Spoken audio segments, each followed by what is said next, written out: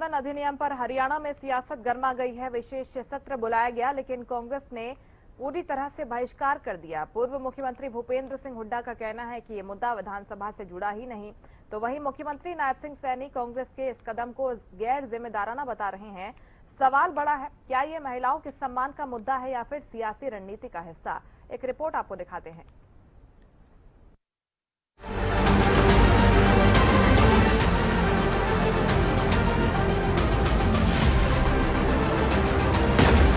हरियाणा विधानसभा का विशेष सत्र, मुद्दा नारी शक्ति वंदन अधिनियम, लेकिन विपक्ष नदारद। कांग्रेस ने इस सत्र को पूरी तरह से बॉयकॉट किया और विधानसभा के बाहर अपना अलग से एक डुप्लीकेट सेशन लगाया। भूपेंद्र सिंह हुड्डा ने इसे राजनीतिक एजेंडा बताते हुए कहा कि ये विषय विधानसभा से संबंधित है ही नहीं, तो हम सदन के भीतर क्यों जाएं? कांग्रेस का आरोप है कि सरकार असली मुद्दों से भटकाने के लिए ये सत्र लेकर आई और अब विरोध सड़कों पर करने की तैयारी है। कोई नहीं किया, हमने मांगा भी क्या प्रस्ताव ला रहे हैं, क्या बिजनेस है, उन्होंने दिया ही नहीं। जबकि मैंने कहा कि आप प्रस्ताव लाते हो वुमेन बिल के उसमें, तो एक प्रस्ताव ले आओ कि 2023 में जो पास हुआ है वो हम लागू करेंगे, तुरंत हम समर्थन करेंगे। बेसिक यही है, कोई कॉन्स्टिट्यूशन अधिकार नहीं था इनका जो लेके आए। सिर्फ विधानसभा का मिसयूज करना, उसकी गरिमा रखना हमारी जिम्मेवारी है। विधानसभा को आप पार्टी का प्रचार या झूठे प्रचार के लिए इस्तेमाल नहीं कर सकते। ये ग्रुप सी और डी की बात थी, हम उनके विरोधी नहीं है, लेकिन मैंने कहा भाई ऐसा लाते हो तो HKRM के जो 1,20,000 जो वायदा किए उन्होंने, उनको रेगुलाइज करके लाओ। जैसे हमारे 2013 के फैसले को लटकाए रखा, सुप्रीम कोर्ट ने किया, रेगुलाइज किया एम्प्लॉइज को। वहीं मुख्यमंत्री नायब सिंह सैनी ने कांग्रेस पर पलटवार करते हुए कहा कि महिलाओं के मुद्दे पर उनका रवैया गैर जिम्मेदाराना है। जनता कांग्रेस को कभी माफ नहीं करेगी। कांग्रेस ने संविधान का अपमान किया है। आपके कमरे में वो पहुंच गए,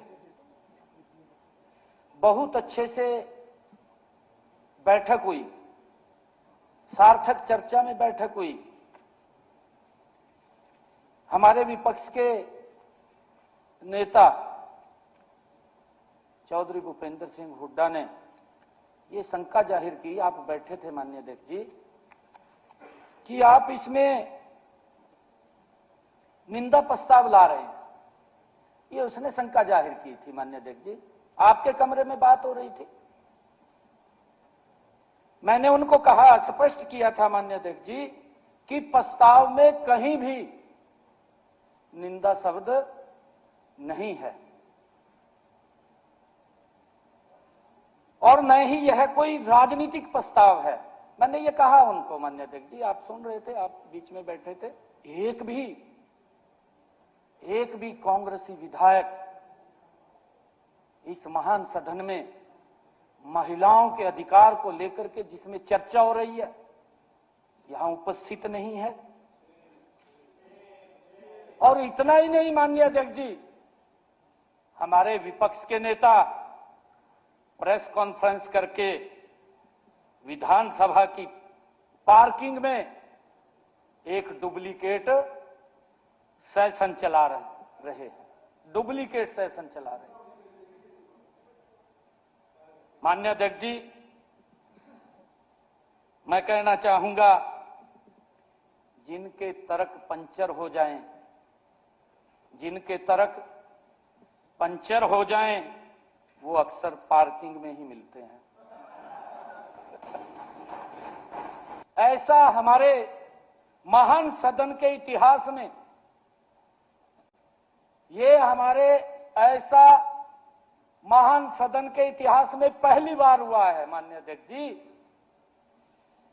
कि किसी पार्टी के विधायक को सदन तक आए हों, अपनी सीट पर बैठने की बजाय बाहर पार्किंग में बैठ करके नकली सदन चला रहे हैं।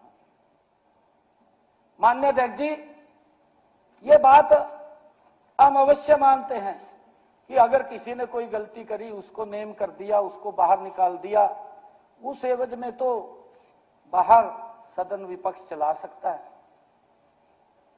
परंतु माननीय अध्यक्ष जी, जब आप कह रहे हो कि आकर के चर्चा करिए और महिलाओं के अधिकार के लिए चर्चा करिए, तो चर्चा करने की बजाय क्या ढोंग रचा है, बाहर सदन चलाने का ढोंग रचा रखा है विपक्ष के लोगों ने। जनता ने जिन्हें बहस के लिए यहां भेजा था, जनता ने जिन्हें बहस के लिए भेजा था यहां, माननीय अध्यक्ष जी, वो पार्किंग में खड़े होकर परछाइयों से लड़ रहे हैं।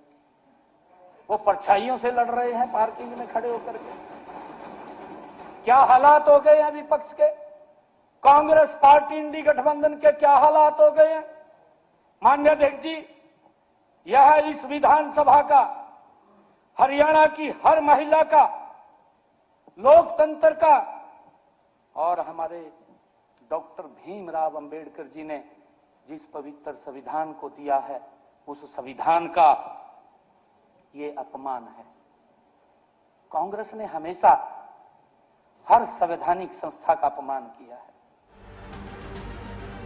ये चौथा मौका था जब हरियाणा में विशेष सत्र बुलाया गया, लेकिन इस बार मुद्दा बहस से ज्यादा टकराव का बन गया। तो नारी शक्ति वंदन अधिनियम पर सियासत तेज है। एक तरफ सरकार इसे महिलाओं के सम्मान का मुद्दा बता रही है, तो दूसरी तरफ विपक्ष इसे राजनीतिक स्टंट कह रहा है। अब देखना होगा लड़ाई सदन से सड़कों तक कितनी दूर जाती है और महिलाओं के मुद्दे पर असली राजनीति कौन कर रहा है। Bureau report, Haryana news.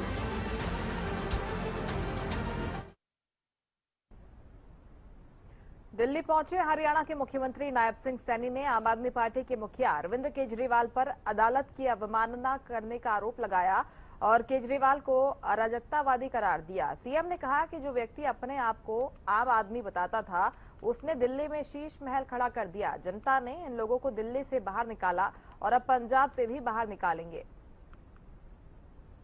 Kejriwal, देखिए, बार बार केजरीवाल जिस प्रकार से कांग्रेस पार्टी संवैधानिक संस्थाओं को अपमानित करती रही है, केजरीवाल भी उसकी थाली में बैठ के खाता है कांग्रेस की। केजरीवाल, मैं तो ये कहना चाहूँगा, न केवल अराजकतावादी है, बल्कि उन्हें देश की अदालतों पर भी विश्वास नहीं है, जिस प्रकार से कांग्रेस को नहीं है। मैं ये भी बताना चाहता हूं कि अदालत ने ही उसको जेल में डाला था, अदालत ने ही उसको बाहर रिहा किया था और अब अदालत ही उनके बारे में निर्णय कर रही है। तो कैसे हो सकता है कि एक अदालत का फैसला सही हो और दूसरी का गलत हो? ये अराजकतावादी तो स्वयं केजरीवाल है, क्योंकि पार्टी के जो फाउंडर मेंबर भी थे, जिन्होंने इसको खड़ा किया था, वो लोग भी केजरीवाल की गलत नीतियों के कारण एक एक करके छोड़ करके जा रहे हैं। आप देख रहे हैं इसके फाउंडर मेंबर, जब ये फाउंडर मेंबर को नहीं रोक पा रहा, कैसे रोक पाए? कल्ला ही लगे हुआ, अगले देखी जा भी भाई कुछ माल मारे पर भी आवागा जब नहीं आया उनके पास आज गए अपने आप नो पैसा इकट्ठा करके कभी कहीं खर्च कर रहा, कहीं शीश महल खड़ा कर रहा। ये बात बोलता है कि मैं तो आम आदमी हूं, ये आम आदमी है। केजरीवाल ने आम आदमी को भी अपमानित करने का काम किया है। दिल्ली के लोगों ने पहचाना है इसको, पहचान करके इसको बाहर का रास्ता दिखाया। अब पंजाब में भी दिखाने वाले हैं, क्योंकि पंजाब के अंदर भी एक सुपर सीएम बने या उसको तो बेचारे को पता नहीं लगता, 5 बजे के बाद दिक्कत हो जा। परंतु 5 बजे के बाद केजरीवाल सामने ले फिर सारा। वहां के लोग भी, पंजाब के लोग भी इस बात से पूर्ण रूप से अवगत हैं। जहां दिल्ली से इनको भगाने का काम किया है, पंजाब से भी जल्दी इनको बाहर करने का काम। हरियाणा में निकाय चुनाव का बिगुल बज चुका है और सियासी माहौल पूरी तरह गर्म हो गया है। सभी राजनीतिक दल जनता को लुभाने में जुटे हुए हैं। इसी कड़ी में कांग्रेस ने भी चुनावी मैदान में बड़ा दांव चलते हुए अपना आधिकारिक मैनिफेस्टो जारी कर दिया है। इस दौरान कांग्रेस ने बीजेपी सरकार को जमकर घेरा। रिपोर्ट देखिए।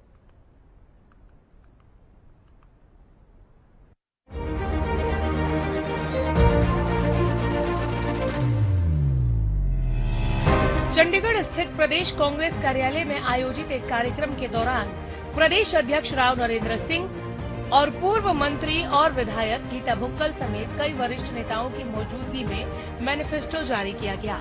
इस दौरान मेयर प्रत्याशी सुधा भारद्वाज, कुलविंदर कौर, विधायक बीबी बत्रा और विधायक आफ्ताब अहमद भी कार्यक्रम में शामिल रहे। कांग्रेस ने अपने मैनिफेस्टो में भ्रष्टाचार मुक्त नगर निगम बनाने का बड़ा वादा किया है। पार्टी का कहना है कि शहरों में पारदर्शिता और जवाबदेही सुनिश्चित की जाएगी। विधायक गीता भुक्कल ने कहा कि शहर के विकास के लिए कचरा प्रबंधन को दुरुस्त करना, बेहतर स्ट्रीट लाइट व्यवस्था और आधुनिक लाइब्रेरी का निर्माण उनकी प्राथमिकताओं में शामिल है। नगर निकाय चुनाव, पंचकुला कॉर्पोरेशन का चुनाव, अम्बाला कॉर्पोरेशन और सोनीपत कॉर्पोरेशन का चुनाव जो है होने जा रहा है। और नगर पालिका रेवाड़ी और दारूहेड़ा और कुछ जगह पर सांपला का भी और कुछ जगह पर बाई इलेक्शंस जो है होने जा रहे हैं। उसके लिए हमने कॉमन मैनिफेस्टो यहाँ पर जारी करने का काम किया है, जिसमें हमारा मेन जो मुख्य बिंदु हमने इसमें भ्रष्टाचार युक्त जो इस समय भारतीय जनता पार्टी की ट्रिपल इंजन की सरकार चल रही है।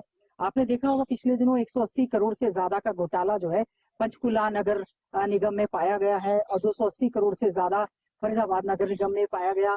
और गुड़गांव में तो भ्रष्टाचार का अड्डा बना हुआ है। सेम हालत अम्बाला के कॉर्पोरेशन की है। नगर परिषद जो है पैसा आ रहा है तो लोगों की सुविधाओं के लिए वो लग नहीं रहा है। तो सबसे पहला हमारा वायदा ये है कि भ्रष्टाचार मुक्त से हम पूरी तरह से इस नगर निगम को करना चाहेंगे और साथ ही साथ में ग्रीन सिटी, क्लीन सिटी, प्रदूषण मुक्त करना चाहेंगे। कचरे के ढेर, ठोस कचरा प्रबंधन की अच्छी व्यवस्था करेंगे। घर घर से कचरा कलेक्शन हो, पेयजल की अच्छी व्यवस्था हो, अच्छी सीवरेज की व्यवस्था हो, लॉ एंड ऑर्डर की स्थिति सुधरे, इसके लिए सीसीटीवी कैमरा लगाने का हम लोग काम करेंगे। आवारा बेसहारा पशु, गाय माता हमारी नंदी बंदर है, इन्होंने अपना पूरा आतंक फैला रखा है। इसके लिए पैसा तो बहुत रिलीज हो रहा है, लेकिन आपने कोई भी किसी भी प्रकार की जो है आप उठा नहीं रहे हैं। इसमें काफी ज्यादा दिक्कतें आ रही हैं और स्ट्रीट लाइट्स की बहुत ज्यादा बद से बदतर हालात हैं। हम लोग कम्युनिटी सेंटर्स बनाने का काम करेंगे। सबसे बड़ी बात, हम बच्चों को अच्छी लाइब्रेरी देंगे ताकि बच्चे जो है अच्छे ढंग से शिक्षा प्राप्त कर सके। वहीं प्रदेश अध्यक्ष राव नरेंद्र सिंह ने सत्ता पक्ष पर निशाना साधते हुए कहा कि प्रदेश की जनता पिछले 11 वर्षों से समस्याओं से जूझ रही है और इस बार बदलाव तय है। जो 11 वर्षों से शहर की जनता जो दुखी है, पानी नहीं है, सीवरेज की समस्या है, एलपीजी की लंबी लाइनें देखने को मिल रही है, कार्यालयों में भ्रष्टाचार की बोलबाला है, कोई सुविधा नाम की चीज शहर के व्यक्ति को नहीं मिल पा रही है। कांग्रेस ने मैनिफेस्टो के माध्यम से घोषणा की है कि अगर यहाँ की जनता हमारा मेयर चुनती है, कांग्रेस पार्टी इस बात के लिए संकल्प लिया है कि हम ईमानदारी से लोगों की सेवा करेंगे और जो उम्मीद करता है एक शहर में रहने वाला व्यक्ति, वो तमाम सुविधाएं उनको निःशुल्क दी जाएगी, बिना किसी भ्रष्टाचार के दी जाएगी और पूरी तरह से उनको मान सम्मान इज्जत मिलेगा और शहर में हम पूरा विकास कराएंगे। चाहे वो सड़कों का निर्माण हो, चाहे वो सीवरेज है, पानी है, कूड़े की समस्या है, जो भी समस्या है, परिवार पहचान पत्र की समस्या है, कार्यालयों के अंदर भ्रष्टाचार है, उन सबको हम दूर करें। अब देखना दिलचस्प होगा कि कांग्रेस के इन वादों का जनता पर कितना असर पड़ता है और निकाय चुनाव में इसका क्या नतीजा सामने आता है। Bureau report, Haryana news. Haryana के प्रमुख अनाज मंडियों में गेहूं की खरीद तो रिकॉर्ड स्तर पर पहुंच गई है, लेकिन उठान की धीमी रफ्तार ने पूरे सिस्टम की पोल खोल दी है। गोहाना हो या करनाल, दोनों जगह आड़तियों और किसानों को भारी परेशानी हो रही है और सबसे बड़ा सवाल यह है कि आखिर उठान प्रक्रिया इतनी धीमी क्यों चल रही है। इसी पर एक रिपोर्ट आपको दिखाते हैं।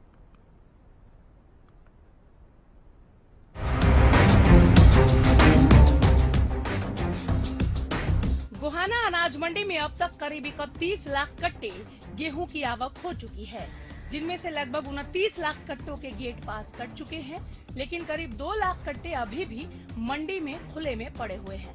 आड़तियों का कहना है कि बारदाने की कमी और उठान की धीमी प्रक्रिया के कारण मंडी में अनाज के ढेर लगे हुए हैं। अब तक केवल करीब 7 लाख कट्टों का ही उठान हो पाया है। इसका सीधा असर किसानों की पेमेंट पर पड़ रहा है, जो समय पर नहीं मिल पा रही। तेजी मंडी का सीजन तो है और सीजन के को व्यापारी वाली बात नहीं रह रही। सीजन में कभी बारदाने की शॉर्टेज हो रही है, बहुत जबरदस्त शॉर्टेज चल रही है की बार तो। और उठान का तो नाम मात्र है, 2 उठाना है, 3 नंबर। और कहा जमींदारों को पैसे देंगे? जमींदार हमारा सर फोड़ते हैं तो सरकार का फोड़ेंगे। ये कोई बात चला जिन्हें 20-20, 25-25 दिन माल बेचते ने हो लिए, उनका जमींदारों को पैसा नहीं आता उठान मिलना। कि अभी जो अराइवल थी जमींदार की वो तो तकरीबन पूर्ण हो चुकी है। करीब 31 लाख कट्टे की गेहूं मंडी में आवक हुई है और करीब 29 लाख की जो बिडिंग है गवर्नमेंट को हो चुकी है।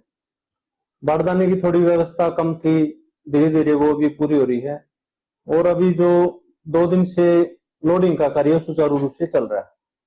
हम तो गवर्नमेंट से यही करते हैं, ये पेमेंट उठान में थोड़ी देरी है, किसानों की अगर पेमेंट जल्दी हो जाए तो गेहूं तो हम उठाते रहेंगे। वहीं करनाल की मंडियों में भी हालात कुछ अलग नहीं है। यहाँ भी गेहूं का उठान 50% तक भी नहीं पहुँच पाया और मंडियाँ गेहूं से अटी पड़ी हैं। 1 अप्रैल से अनाज मंडियों में शुरू हुआ गेहूं का सीजन अब अंतिम चरणों में चल रहा है। आवक की रफ्तार अब बेहद कम है। बहुत कम किसान ही अब अपनी फसल लेकर मंडी पहुंच रहे हैं।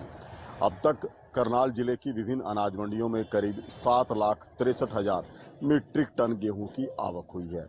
वहीं बात करें उठान की तो उठान का आंकड़ा अभी भी 50% को पार नहीं कर पाया है। हालांकि एकाध मंडी में ऐसी स्थिति है कि जहां उठान का आंकड़ा 50% के पार पहुंचा है, लेकिन औसत आंकड़े की बात करें कि औसत कितनी है तो ये 50% भी नहीं पहुंच पाया, यानी कि करीब 3,50,000 मीट्रिक टन गेहूं का उठान अभी तक मंडियों से संभव हुआ है। आपको तस्वीरें दिखाना चाहूँगा कि क्या कुछ तस्वीरें हैं। मंडियों में अभी भी बड़ी मात्रा में गेहूं के कट्टे लगे हुए हैं, जिनके उठान का इंतजार किया जा रहा है और कई मंडियों में स्थिति और भी ज़्यादा खराब है। इंद्री अनाज मंडी की बात की जाए, असंध अनाज मंडी की बात की जाए तो वहाँ उठान का आंकड़ा और भी ज़्यादा नीचे दिखाई दे रहा है। हालांकि गाड़ियाँ जरूर अब लगी हुई हैं कि किस तरह से उठान में तेजी लाई जाए, लेकिन अभी कुछ दिन और लगेंगे जब मंडी से इस गेहूं का उठान जो है वो संभव हो पाएगा। अभी तक की जो जानकारियां मिली हैं उसके अनुसार 7,63,000 मीट्रिक टन गेहूं मंडियों में पहुंचा था, जिसमें से 3,50,000 के करीब गेहूं का उठान अब तक हो चुका है। ऐसे में बड़ी मात्रा है जो गेहूं अभी भी उठाया जाना बाकी है। अब तक करीब 405 करोड़ रुपए का भुगतान खरीद एजेंसियों ने किसानों को किया है। जो किसान अब तक अपनी फसल बेच चुके हैं उनमें से 405 करोड़ रुपए का भुगतान अब तक खरीद एजेंसियों ने किया है, जबकि अधिकतर किसानों की भुगतान अभी तक बकाया है। गोहाना और करनाल दोनों मंडियों में हालात लगभग एक जैसे हैं, जहां रिकॉर्ड गेहूं की आवक तो हुई है, लेकिन उठान की सुस्ती ने किसानों और आड़तियों की मुश्किलें बढ़ा दी हैं। अब निगाहें प्रशासन पर हैं कि वो इस संकट से निपटने के लिए कितनी तेजी से कदम उठाता है। Bureau report, Haryana news.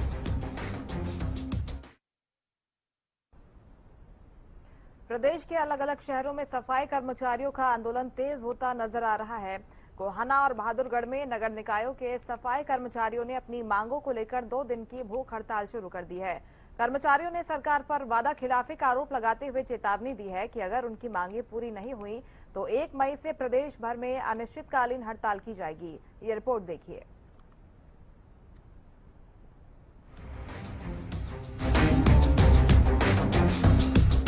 Haryana के अलग अलग शहरों में सफाई कर्मचारियों का आंदोलन तेज होता नजर आ रहा है। गोहाना और बहादुरगढ़ में नगर निकायों के सफाई कर्मचारियों ने अपनी मांगों को लेकर 2 दिन की सांकेतिक भूख हड़ताल शुरू कर दी है। गोहाना में नगर पालिका कर्मचारी संघ के बैनर तले सफाई कर्मचारी नगर परिषद कार्यालय के बाहर भूख हड़ताल पर बैठे हैं। कर्मचारी कच्चे कर्मचारियों को पक्का करने, सम्मानजनक वेतन देने, पुरानी पेंशन योजना लागू करने और ठेका प्रथा खत्म करने की मांग कर रहे हैं। उनका कहना है कि लंबे समय से उनकी मांगे लंबित है, लेकिन सरकार कोई ठोस कदम उठा नहीं रही। कर्मचारियों ने न्यूनतम वेतन 30,000 रूपए तय करने की मांग उठाई है। कह रहे हैं कि महंगाई लगातार बढ़ रही है, लेकिन वेतन में बढ़ोतरी नहीं हो रही, जिससे आर्थिक संकट गहरा रहा है। जितनी बार भी हम ये धर्म का पलड़ा बिछा के बैठे हैं, सरकार ने हमारे को वादा किया कि हम इस समय आपकी मांग पूरी कर देंगे। लेटर पत्र जारी करती है, वो झूठा आश्वासन होता है। आज तक भी सरकार ने जितने भी लेटर पत्र जारी करे हैं, हमारे को आज तक एक बार भी उस पर पक्की मोहर नहीं लगा के दी। झूठे ढकोसले देवे हैं। जब सरकार 14 में आई थी तो सरकार ने 2 करोड़ नौकरी देने का वादा करा था।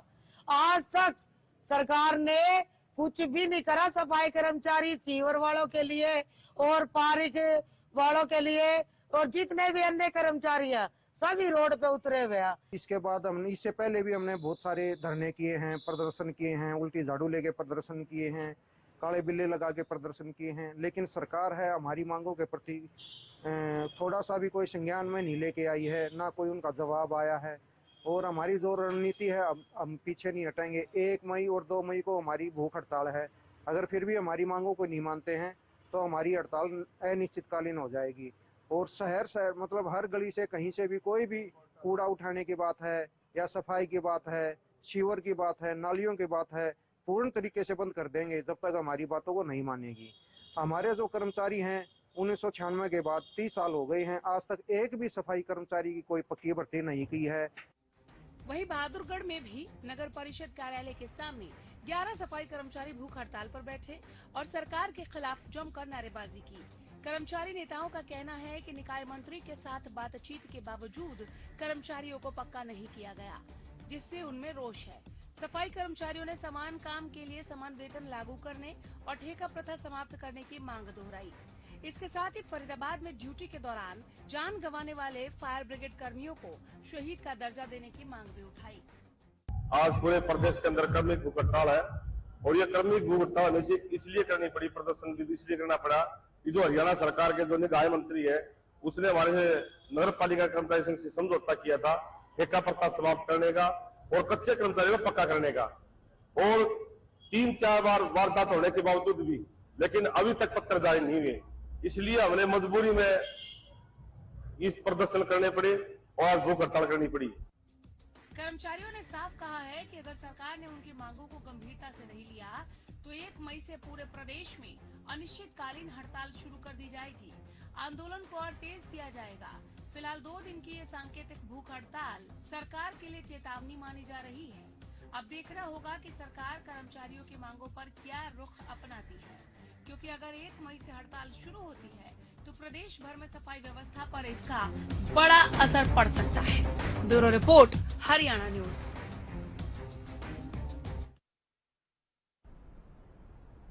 पानीपत में शहरी आंगनबाड़ी वर्कर्स पिछले 5 दिनों से अपनी मांगों को लेकर प्रदर्शन कर रही हैं। सैकड़ों की संख्या में आंगनबाड़ी कर्मियों ने लघु सचिवालय के सामने पहुंचकर प्रशासन के खिलाफ जोरदार प्रदर्शन किया। कर्मियों का आरोप है कि उनकी मांगे सरकार तक पहुंचने के बावजूद अब तक कोई समाधान नहीं निकल पाया है। रिपोर्ट देखिए।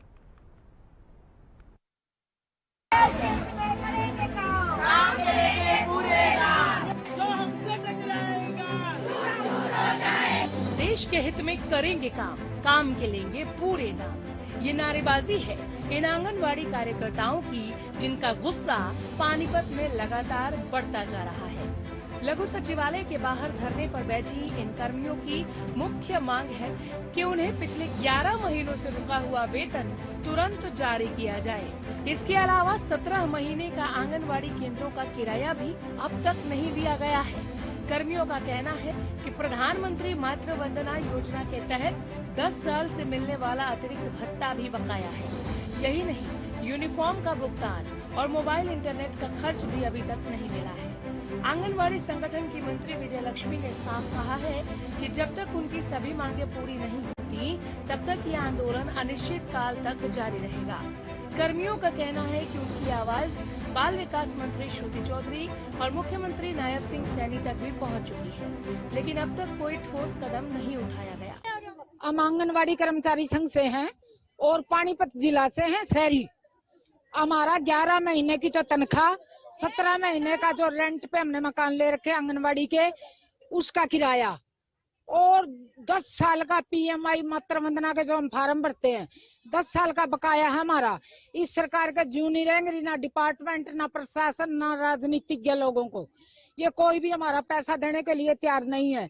ना वर्दी का है, ना नेट का है, मोबाइल दे रखे वो खराब दे रखे हैं, ना राशन टाइम पे पहुंचता हमारे पास। जो भी है सारा काम इन गड़बड़ झाला कर रखा है और हम 5 दिन से यहाँ बैठे हुए हैं। हम सरकार से कह रहे हैं, प्रशासनिक अधिकारियों से कह रहे हैं, भैया हमारा आराम से पैसा दे दो, आपकी मेहरबानी होगी। उपायुक्त महोदय को भी दे चुके, दुष्यंत भट्ट जी को भी दे चुके, शिक्षा मंत्री महिपाल डांडा को भी हम दे चुके हैं और कोमल सैनी मेयर को भी दे चुके हैं हम। कोई ऐसा हमने प्रशासनिक अधिकारी नहीं छोड़ा जिसको हमने ज्ञापन नहीं दिया। उपायुक्त महोदय कह रहे थे अभी रिमार्क करता हूँ, अभी आ जाएगा। PO मैडम हर रोज झांसा देती हमें कि आपका पैसा डल चुका, शनिवार को ट्रेजरी में भेज दिया। आज मंडे हो गया, आज तक तो हमारा पैसा आया नहीं। हम चाहते हैं झूठ बोलने से अच्छा है तो सच्चाई के रास्ते पे चलेंगे अधिकारी और हमारा काम करके और तुरंत शीघ्र आज हमारे खातों में जो भी हमारा बकाया रहता है वो डाला जाए। अदरवाइज हमारा अनिश्चित काल धरना है, ना हम उठांगे। आंगनबाड़ी वर्ग जो हमारे सेंटर हैं, मकान मालिकों ने ताले लगा दिए, हम कहाँ जाएं? तो यहीं बैठेंगे हम। अब जाने वाला काम नहीं है, यहीं बैठेंगे। फिलहाल देखने वाली बात ये होगी कि प्रशासन इन आंगनबाड़ी कर्मियों की मांगों पर कब तक फैसला लेता है और क्या इनका ये धरना सरकार को कोई बड़ा निर्णय लेने के लिए मजबूर करेगा। Bureau report, Haryana news.